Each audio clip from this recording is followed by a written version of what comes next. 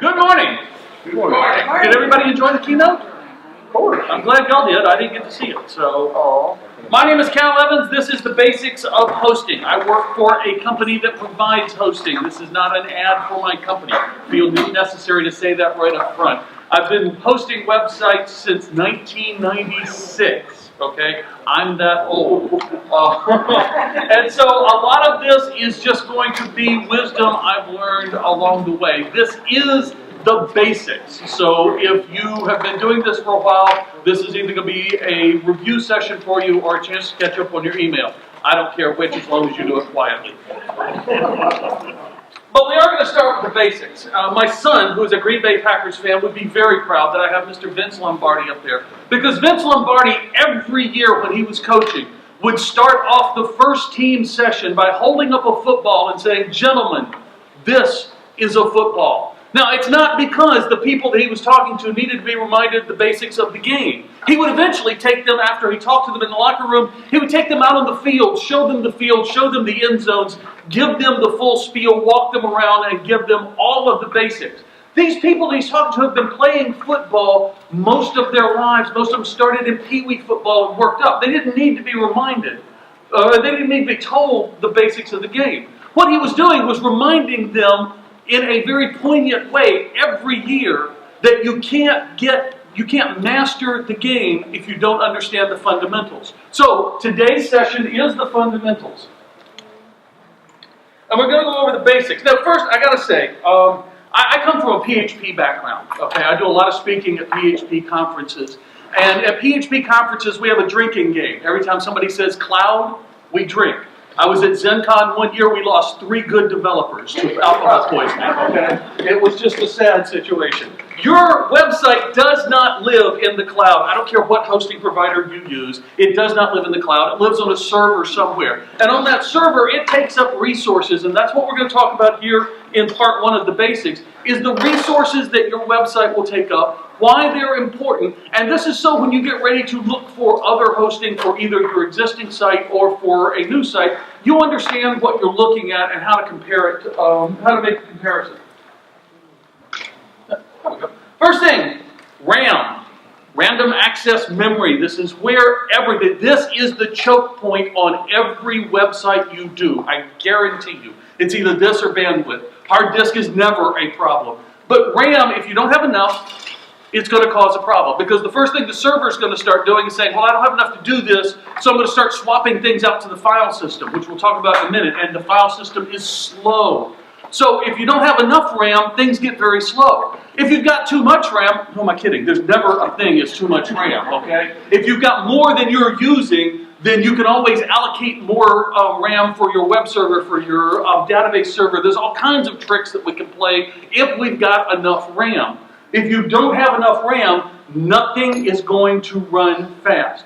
How much RAM is enough? I have no freaking idea. I don't know what your website looks like. I've got websites that I run, I've got one website at home that I run just for my own use. It runs on a Raspberry Pi. The entire operating system and the website runs in 512 meg RAM, okay?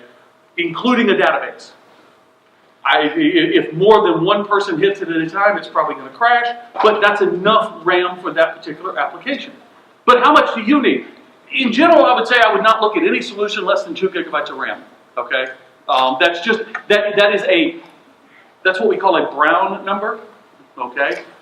Pulled it right out of my rear end, that's why it's a Brown. It's the Roma theory number. No, it's an average, okay? If it's less than 2 gig of RAM, you got to ask why you need that little.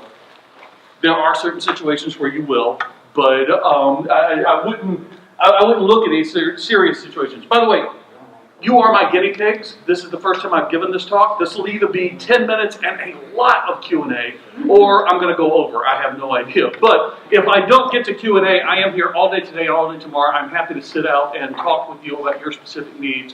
And I promise you that unless I get the chance, I will not pitch my company, okay? Okay, people, seriously. The jokes don't get much funnier than that one. If you don't laugh, though, I will tell more. The next thing is the file system. When your server runs out of RAM and it has things that it has to dump, to do things, it dumps them to the file system. The file system is the slowest part of your server, okay, because it's got to read and write to them. Now, file systems are getting much faster. I used to call this hard disk because we all recognize the term hard disk, but these days it's neither a hard disk as the old school. I am old school. I remember the platters. I've taken those things apart. Never successfully put one back together. But it's no longer the hard disk that we think of. But even with SSDs, memory drives. I'm drawing a blank on what SSD means, but SSD is the keyword, the buzzword that you're looking for. But, I'm sorry? Something simple, socket. No. Solid Solid state drive. Thank you.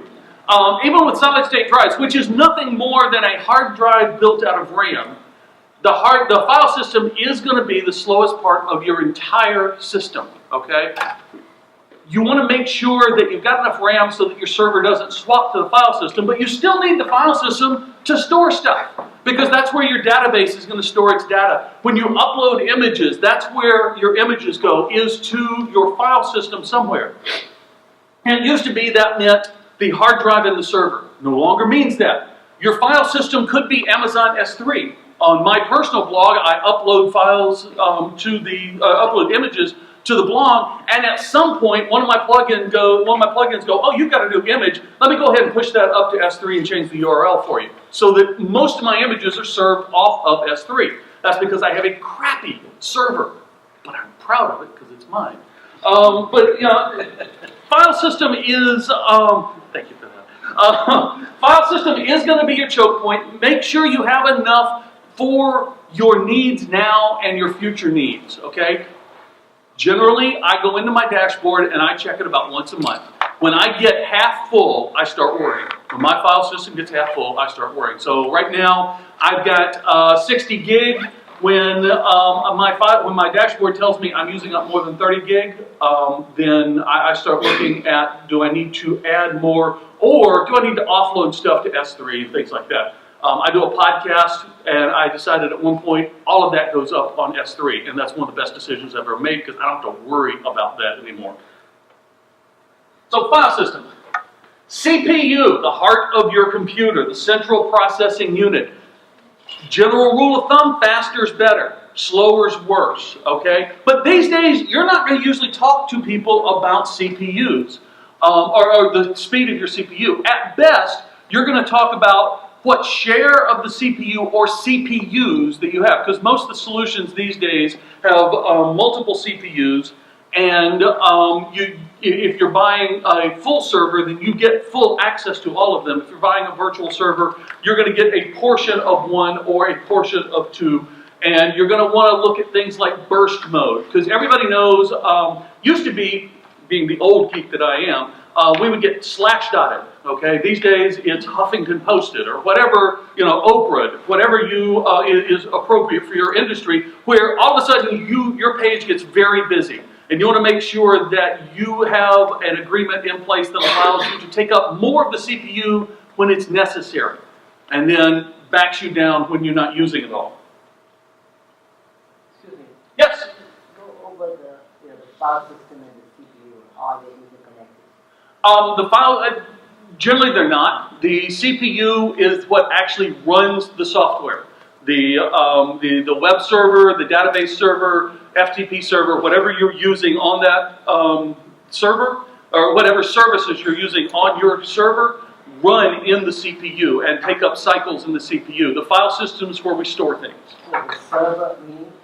The server is a real nebulous term these days, but the server is where your system, or where your site lives. Your hosting company, right? Your hosting company, okay? Your hosting company has a physical computer somewhere that your site sits on. It might be, they might call it cloud, but there is a server somewhere. Pantheon, all of ours are in Chicago in a huge data center that Rackspace owns and we own a good chunk of. They're all served out there. We're distributing it out now. But right now, if you're hosted with Pantheon, you are in the cloud, but your reality, you're in Chicago. Okay. So, and who is Rackspace? Rackspace is a provider, a service provider. They're a hosting company. They also do large scale. We're one of their larger customers where we go in and rent. We literally rent floor space in their data center. We don't rent servers. So. Oh, no. Okay, we're going to cover bandwidth and operating systems. Bandwidth. Bandwidth comes in two types. You've got transit and you've got transfer. Transit is how much can be transferred at one time. Transfer is how fast it can be transferred. Most companies these days, especially the low-end providers, you'll see unlimited bandwidth. Well, that's unlimited transfer, but it's usually at 3G speeds or dial-up speeds. Okay, the transit is choked down because there's no such thing as a free lunch. Okay, if it says unlimited, they're overselling, and somebody's going to be a noisy neighbor and is going to eat up a good chunk of that, which is going to affect you. So make sure you have in your agreement with your hosting provider, make sure you have a dedicated pipe. You are guaranteed this much transfer at this speed. Okay, usually now. There are things that your hosting provider cannot control. They can only control it to the edge of their property. Once it leaves their property, it goes out into the internet, and there's a lot of things that can affect speed. So if your site is slow in Dulles, Virginia, but it's fast in Texas, then there's probably a problem between Dulles and your data center, and not the same problem between Texas and your data center. We used to, back in the day, before we learned to have double and triple redundancy and bandwidth, we used to call this attack of the backhoe.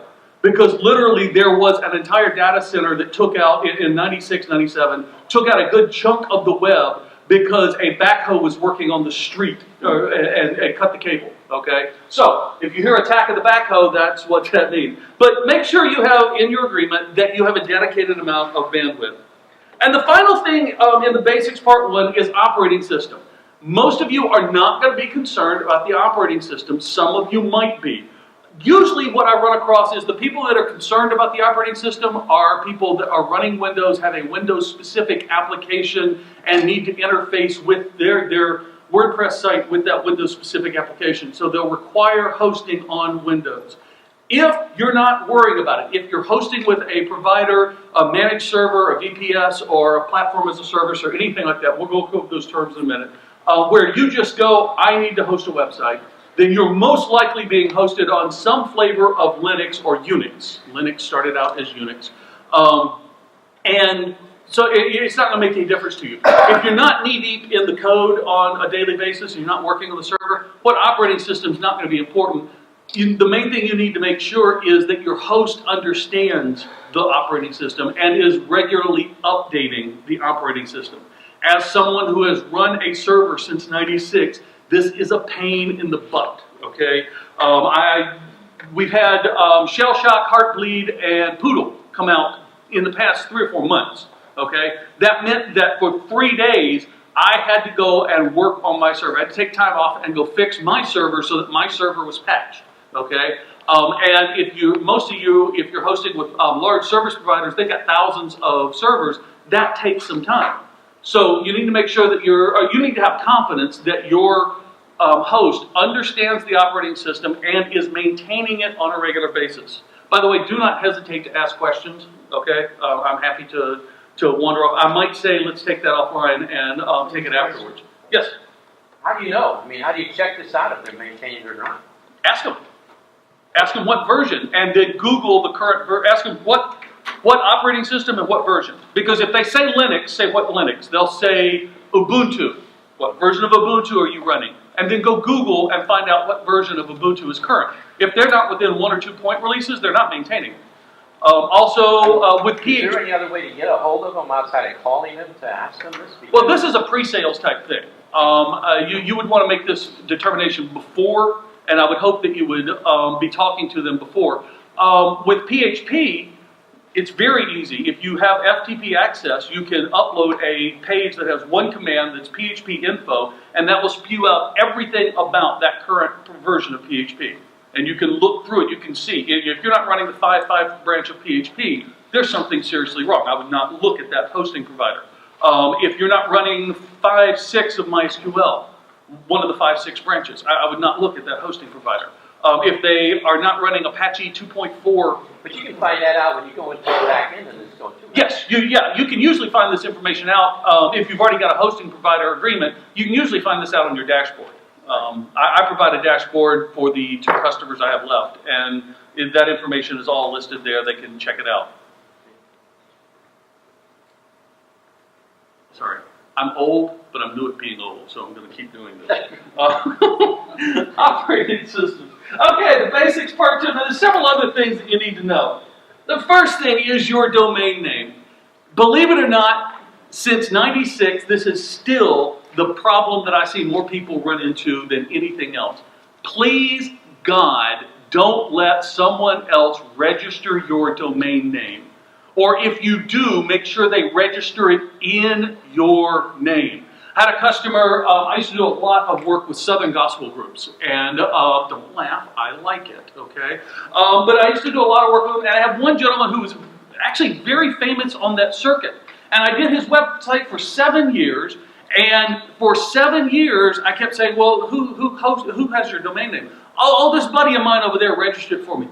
Well, he needs to transfer it over. No, it's fine, you know. Well, that's fine until that buddy decides that this gentleman has hit the big time and now that domain's worth something.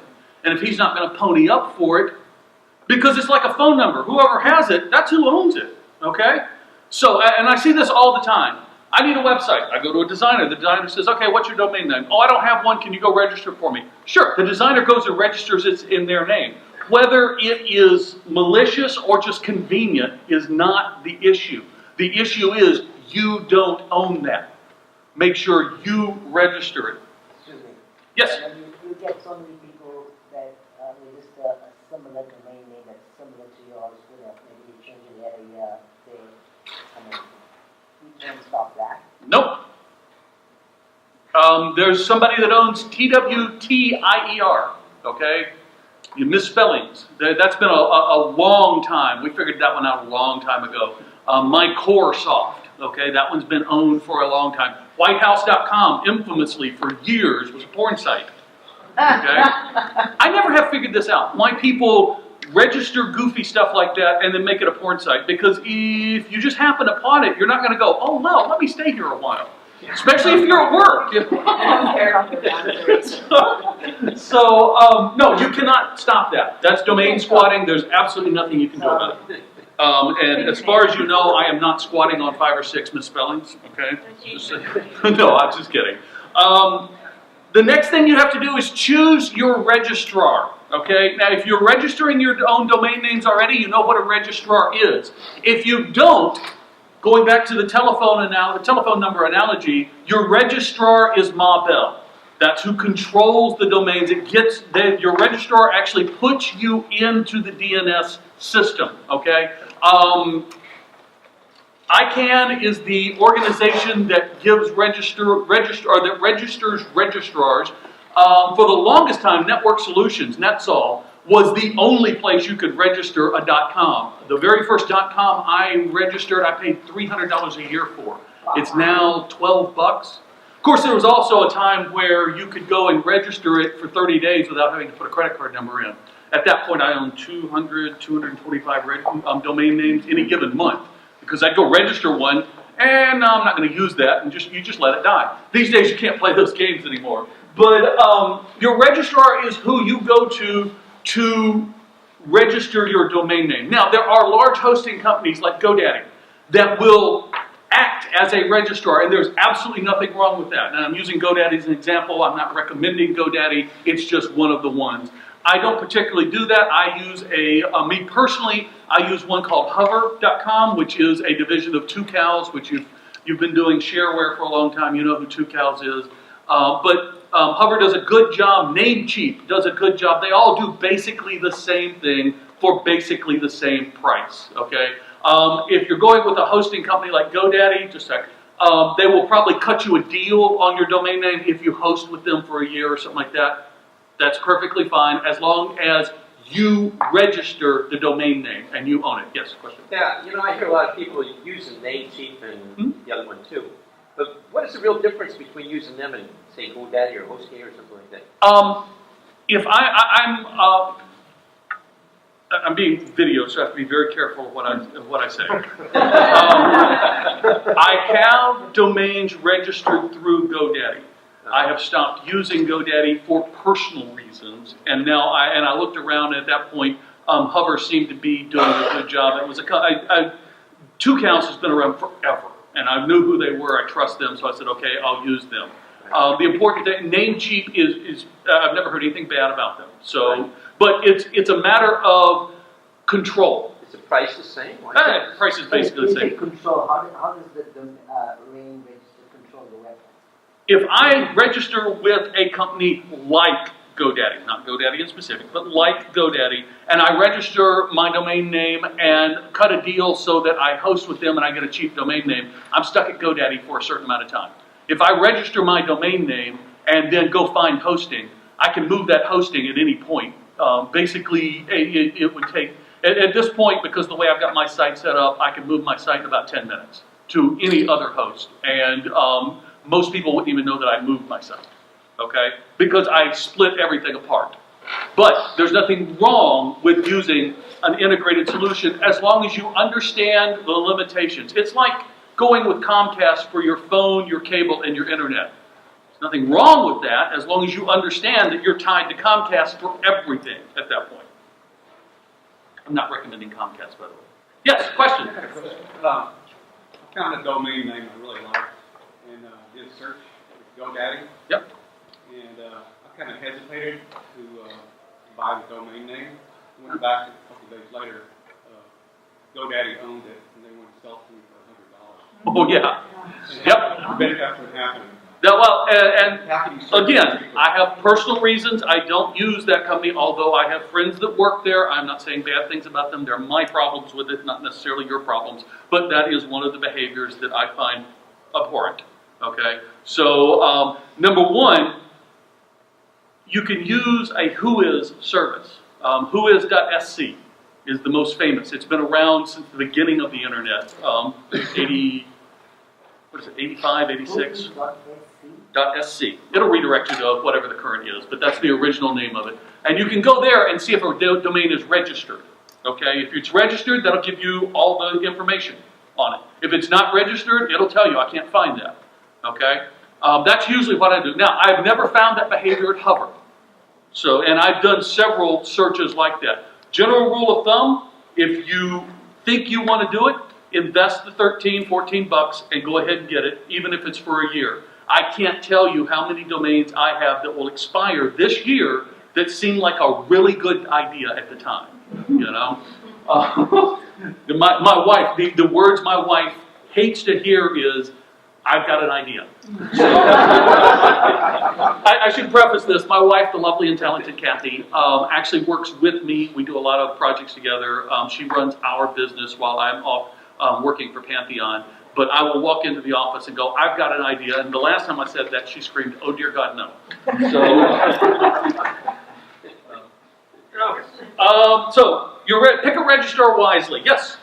Would you care to comment, or is this off topic, about domain names that are a link to them, or if they're hyphens, or they have a dot in them, or anything that way? I got no opinion on that. That's more of an SEO thing. I started doing domains when domains had an 8.3 format. It could only be 8 characters, then you had 3 characters, and that was it.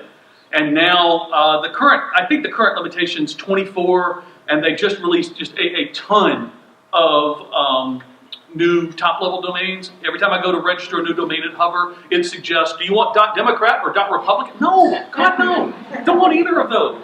Why would you think this? Okay, what do we got? Oh, DNS. Most of your hosting providers will provide DNS for you. Think carefully before you use this, okay? Choose DNS carefully because, as we've seen this week, I don't know if you saw it, but one of the free and low-cost DNS providers, Simple DNS, was under attack this week. They got what we call DDoS, distributed denial of service, basically coming out of China. Okay, and that's where you make so many requests for that domain name, and the DNS server says, "Oh, you want this domain name? That's this IP address. Go here." Okay. Well, it can only handle so many, and if you've got what we call a botnet in China. It's hundreds of thousands of servers, and you tell them all at once, go ask for that domain name. It's going to kill the DNS server. Okay, even a service as big as Simple DNS could not withstand the load. Choose your DNS provider wisely. If you're hosting not with a large company, but if your designer is making the decision, okay, make sure you understand who is actually hosting it. Okay, there are some good third-party DNS services that you can purchase for $5-10 a month. It's worth the investment if you've got money on the line. If your website is your personal blog, yeah, probably not a big So, deal. excuse me, you Yes. said $5-10 a month, I mean, you didn't think packages for $1 a month. Yeah. You manage hosting. Yeah, Why you would get, you spend 10 a month if you can spend 1 a month? because you get what you pay for. Okay, I've got a URL in my Evernote, hosting, $5 a year, literally. Okay, you get what you pay for. And we'll go into that in a minute, because I'm going to talk about shared hosting and all the different types of hosting. Matter of fact, I think that's up next. Woohoo, hosting options. I come to you today as the villain. Since '96, I have run shared hosting. I am the problem with the internet. Okay? If you are using shared hosting, please God, move off of it now. Let's talk about why. The first problem is, in most shared hosting arrangements, if somebody else on the server gets compromised, they have access to start compromising other sites. Okay? This is especially true with operators like me, who I put a server up there. Now, I will say this. I have 2 customers left on their site, on my server. They are my friends. The rest of it is my stuff. Everybody understands the risk. I do not do hosting for a living anymore. Okay? But if you're hosting with if your host has a server in a rack somewhere in a data center and that's all they've got, and you're on shared hosting, chances are real good they have not locked that box down tight enough to be serious about it. So if this site gets compromised on your box, chances are good that your site is vulnerable. Okay? That's just the reality of shared hosting. WordPress has made it a lot harder, but since WordPress is somewhere between 18 and 22% of the web, WordPress is a target. So if you're running WordPress, you've got a bullseye on your system already. Okay? They're looking for ways to, because if they compromise one, they pretty much compromise most of them out there. Okay? And I'm not really doing a talk on security. I will be happy to talk security with anybody afterwards, because I've done some research on this. But shared hosting is bad for security. Shared hosting is also bad because you get noisy neighbors. You don't know who's on that site. Okay? I had a site on a server that was shared hosting that I did not want on my server. Turns out it was on a server with 2 other porn sites. Well, you start getting blacklisted if you're in the neighborhood. You don't know if those sites or the sites that are on that box are popular or not. But in a shared hosting environment, it is difficult to manage bandwidth and CPU. We can manage hard disk or file system, but bandwidth and CPU, it's very difficult to slice that. So you get noisy neighbors that will start taking up a good chunk of the CPU or a good chunk of the bandwidth. That means that your site slows down and you don't know why. Shared hosting is the absolute worst solution that there is for hosting. Yeah. I'd like to ask you a question in regards to shared. It's a rumor that I've never had someone actually definitely say it for a reason, email systems. So something you just said, if you have a porn site that's close to you on the server, is it true that the emails, if you have your email on the same server, that it will be blacklisted? Oh yeah. And trust me, he brought up a good question. If you're in shared hosting, your email server for all of them is most likely running off a single IP address. That's the way email systems are set up. Okay? If somebody on that IP address gets blacklisted, they don't care what other domain, they blacklist IP addresses. Getting out of a real-time blacklist is a full-time job for a month. Okay? There is no good solution. I'm not talking about email systems here, though. I'm talking about web solutions. I'd be happy to share horror stories with you if you'd like, because I've had to dig clients out of RBLs before. But yes, that is true. Email is your biggest thing. These days, I recommend Outlook or Outlook.com, or used to be Gmail, but Google for domains, they're not charging. So, but I think Outlook email service that does email, and that's all they do. Virtual private servers. I just hit the button, but we're going to talk about that. Virtual private servers are a much better solution. Virtual private server, I told you, your website does not live in the cloud, it lives on a server. Okay, and if you're on shared hosting, there could be 2,000 or 3,000 sites on that server. Virtual private server is, I'm going to take a slice of this server, and by a slice, I mean I'm going to take a portion of the hard drive and a portion of the CPU, and I'm going to make it its own virtual server, software server. This is actually a very good solution. It's not the best, but it's a very good solution, because once you're in there, you can have 4 on a server, or if it's a very beefy server, 32, 64 CPUs, you can have 10 or 12 on a server without anybody noticing any problems. If one of them locks up, it's not going to affect everybody else because you're isolated all the way up to the CPU itself and to the outer operating system. It's a wonderful solution. There are problems with them. There was a recent issue, Rackspace, I told you, we're with Rackspace, or Pantheon uses Rackspace, and Rackspace just had a problem with the system that they use to virtualize servers. And we had a very rare occurrence where we actually had to bounce hardware. We had to reboot hardware. We almost never have to do that because that virtualization system had a vulnerability. Luckily, it did not escalate to a problem. It was a vulnerability, not a problem. So they were very good about fixing it. But you've got your own little piece of the server. This is currently what I run all my personal stuff on, is I've got a virtual private server.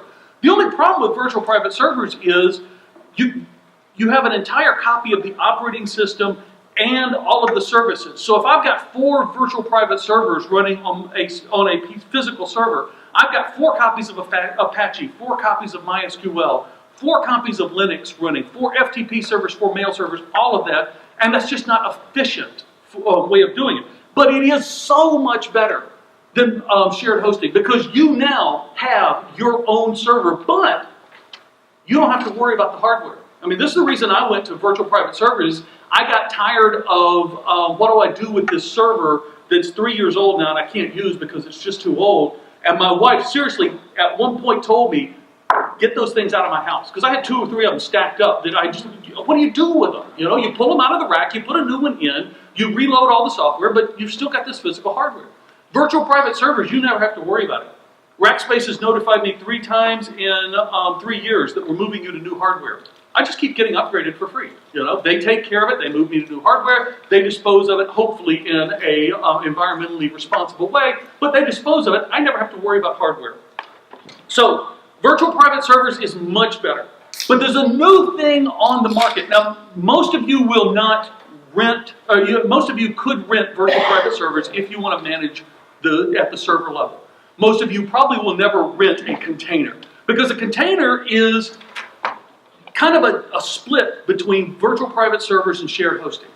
It is isolated all the way up to the kernel. You get your own little slice of the computer, but you don't have your own operating system. It's all run one big operating system. So all of a sudden I've taken away all of that overhead. And a server that could host 10 virtual private servers can now host 2,000 or 3,000 containers because all I've got running is the service that I need. And I might have a container that's running my web server and a different container that is running my mail server and a different one for my database server. And they all look to the services like it's running in its own little server, but it's not really. But since you're isolated all the way up to the kernel, the very top of the hardware, there's no way, if this one gets compromised, they can't get to you. And that's the real thing. And I can control with an incredible degree of accuracy the amount of CPU and bandwidth that a container can use. So a noisy neighbor over here won't affect you over here. That's important. Now, you'll probably never rent containers, but if you use a platform as a service, you're probably getting containers, and it's something I would look for. Yes, you had a question? Things like virtual private servers. Yes. I mean, what size of business do you have to have, and what is the cost of such a server? I rent a very small VPS for about $50 a month. Server Grove, down in Miami, good friend of mine, Pablo Goodell. His data center sits in the NOC of the Americas. So if you're doing business in Latin America, that is the data center to sit in, okay? And Server Grove rents me one for about $50 a month. And that's good enough. On that particular one, I'm running one web server, one database server, a single website. It is the mayor of Nashville. It's a Drupal site. I'm sorry. It's a Drupal site. It's the mayor of Nashville. But we wanted that on its own server. So, virtual private servers are not necessarily expensive, but you're going to have to manage it. And that's the secret. And we're going to talk about managing in just a second. Containers.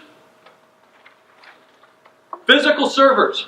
This is the last, the lowest you can go. Okay, not lowest. This is the lowest level you can go. Is owning your own physical server. There's nothing wrong with this. A lot of companies do it. Facebook owns them all over the world. Okay, but make sure you understand why you own your server if you actually have to do it. Because, like I said, you have the issue of you're gonna change it every 2 to 3 years. You got to dispose of the old one. Now, if you're recycling through Dell, that's wonderful because Dell takes them and they break them back down into pieces in an environmentally responsible way, and it's a wonderful system. And there are other manufacturers that will do that as well. But you do have this problem of you now own the iron. If anything goes wrong, you're the one that gets the page at 2 in the morning because the hard drive failed. And you got to have a solution for that. I don't recommend it, but if this is what you're doing, as long as you understand the responsibilities, that's fine. There are a few other services. I've said it before and I'll say it again. I'm old school. I run my own virtual private server because I enjoy running or managing servers. I'm just that kind of sick, okay? It is not always a happy time. I've been the one that got the page at 2 a.m. because the file system failed, and I've got customers that are depending on it. They're wondering where their site is. These days, there are better options. There really are.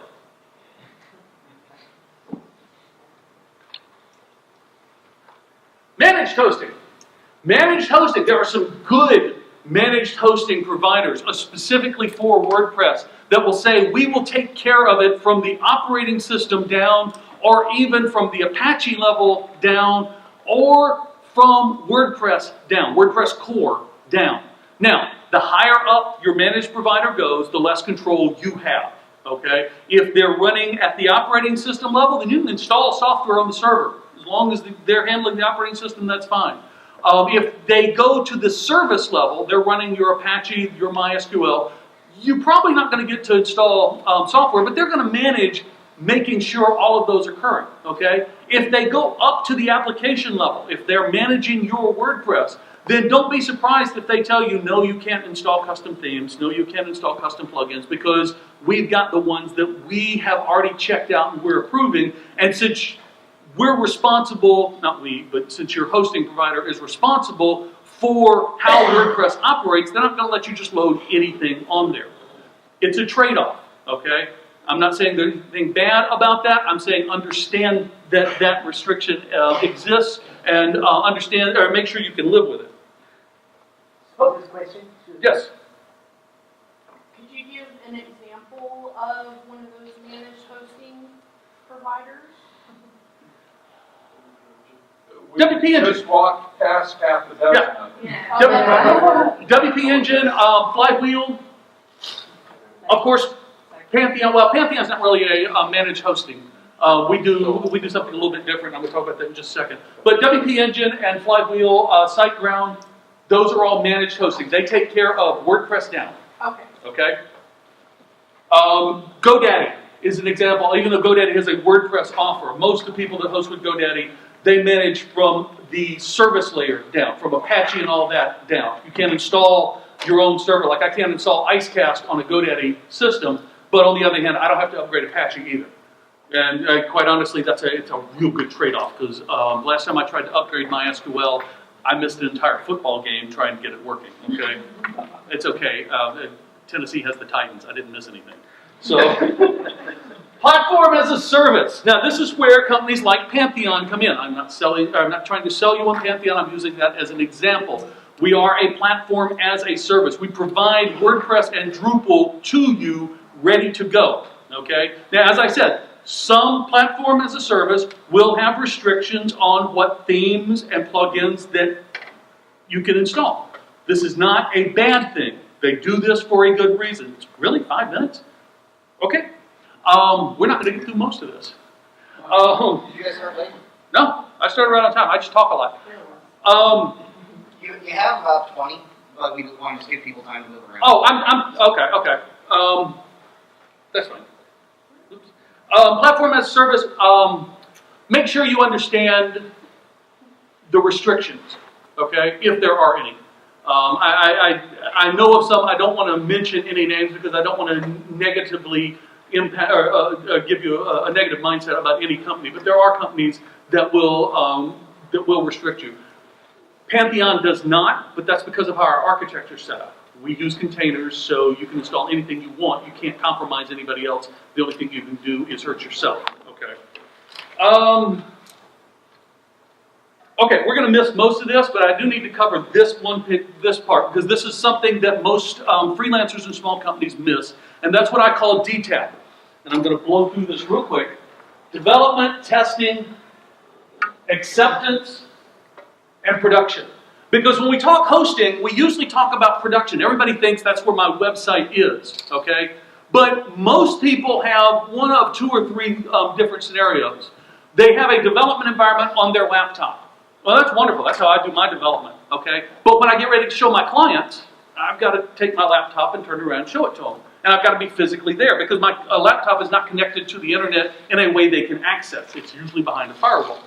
So you need a development environment that you can share with your clients if that's important. Usually with my clients, though, they don't care about development. They care about testing. So you need some kind of testing environment. And the booger is that your testing environment has to be exactly the same as your development environment. Or you hear those famous words, "It worked on my system." I got a friend of mine at Mozilla, and she manages a team, and one of her developers came to her, and she's showing him this in production. She says, "This is not working." He said, "Well, it worked on my laptop." And her words were, "Clean your email off, your laptop's going into production." You know, that was the solution. You have to have the same version of PHP, MySQL, Apache. You have to have all the same software and modules installed. This is a pain in the rear end. It gets even worse when you go to acceptance testing, because testing is where your client looks at it and says, "Yes, this is what I want. No, I want green instead of blue." Acceptance is, I'm now ready to make it work the way it should do. And usually, if it's a mature system, I'm copying production data down into my acceptance system, and they're looking at the system and how it's going to look with the live data, okay? Again, another system that has to be identical to testing and development. And then finally, there's production. And if production doesn't match the rest of them, all of this was for naught. So you usually have, now, a lot of people cut out the A and just do DTP. That's fine. However you do it, whether you do it, if you've got 2 or 3 cheap hosting systems that you use and you move it up into a serious host for production, that's fine, as long as you are aware that they all have to match. If you're doing it on your local laptop with LAMP or WAMP or MAMP or whatever you're using, you have to understand that if your system does not match the production system it's going into, you will most likely run into problems, even with a system as easy to use as WordPress. Okay, I got 2 minutes left. I will make these slides available.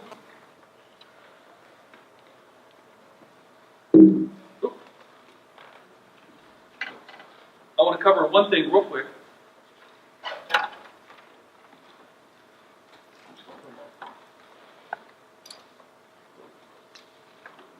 Now, I will put these slides up there. This is just a real quick checklist that I use. Okay. How many visitors do you expect per month? That is going to determine the resources that you need. If you expect 100 a month, if you expect 100 a month, you don't need nearly the resources as if you expect 100,000 per month. If you expect 100,000 per month, you'd better be scaling for that, okay?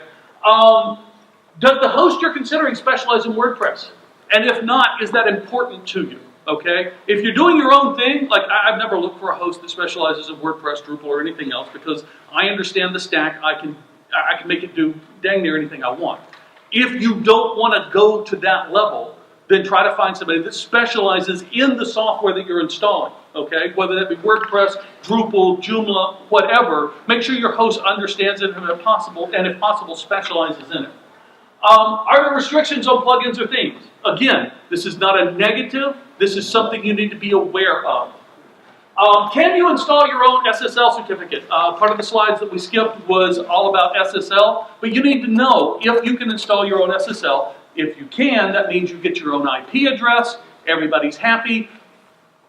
Most people go, well, why do I need an SSL? Because I'm not selling anything. Well, I don't know if you noticed or not, but about 3 months ago, Google came out and said, we're going to start ranking pages that use SSL higher.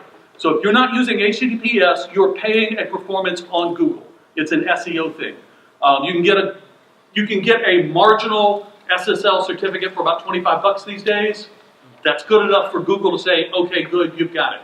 So you might want to consider that. But you've got to make sure that you can install it. Do you get SFTP access? How do you get your files up there? Do you have to use source code control or Git to push stuff up, or can you do SFTP? FTP is not good enough, period, full stop. If they say, well, we give you FTP, keep moving, okay? Because FTP means everything's going clear text, including your password, which means anybody else on that box, if they have the right software, can start getting the passwords to your site. Don't use FTP ever. Do you get SSH access, and do you really need it? Unless you're getting your hands dirty with configuring the underlying services, you probably don't need SSH access. A lot of platforms as a service, Pantheon included, will not give you SSH access. It's not a problem. You don't usually need it. WordPress these days is good enough so you generally don't need it to do anything you need to do. Okay? I remember the days when we installed we updated WordPress by downloading the zip file, unpacking it, and moving the files over. Gone. Okay? Do you get direct access to the database? There are times when you need direct access to the database. If you do, make sure you get it. There are hosts that will not give you access to the database. And finally, is there anything other than WordPress that you've got to run on that server? Okay, you need to ask that question. Look at your system. Do you have an API? Do you have any other software? If so, before you change hosts, make sure you can use it. My name is Cal Evans. I will be around this whole camp. Where'd it go? There we go. I'll be around this whole camp to answer questions. I'm happy to talk to you about any of these topics, any of the ones we skipped, anything like that. Find me. I'm happy to talk to you. I'd love to talk to you. If you are looking for a host, I'd love to talk to you about Pantheon. Thank you so much. Appreciate it.